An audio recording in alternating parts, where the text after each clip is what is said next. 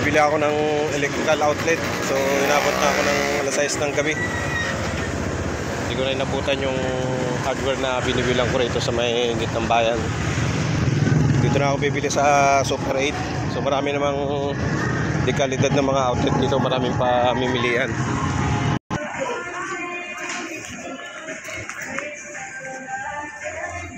Ito ako sa electrical section.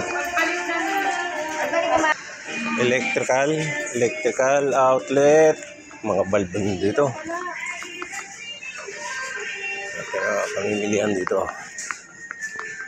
Dito. Ito yung magandang klase. Puro extension.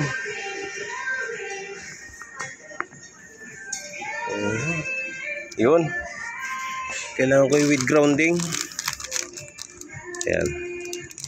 Wide series. So, okay na ito mga ganito. Tugang. Saan isa? Lang talaga. 194. Trigang. So, sa kabila, Ruyo ang brand. Dito na ako kasi yung Ruyo wala siyang grounding. Ito na sa akin. Okay na to. Ito ay 10 piraso. Bahalan. Iba design ng outlet. So ito kasi universal na siya. Pag sinabi universal, so pwede siya sa flat, pwede rin siya sa bilog na belt plug. Ito kasi wala, flat lang na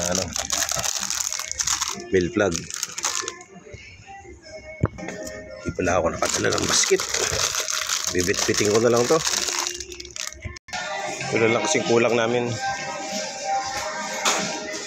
Lagay na lang ng outlet sa mga computer.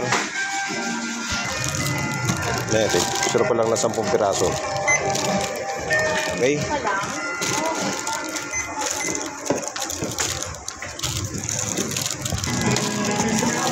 So ito Pasko na.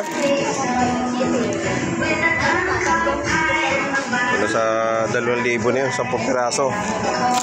May sukli pang 60. Pumasahe pa.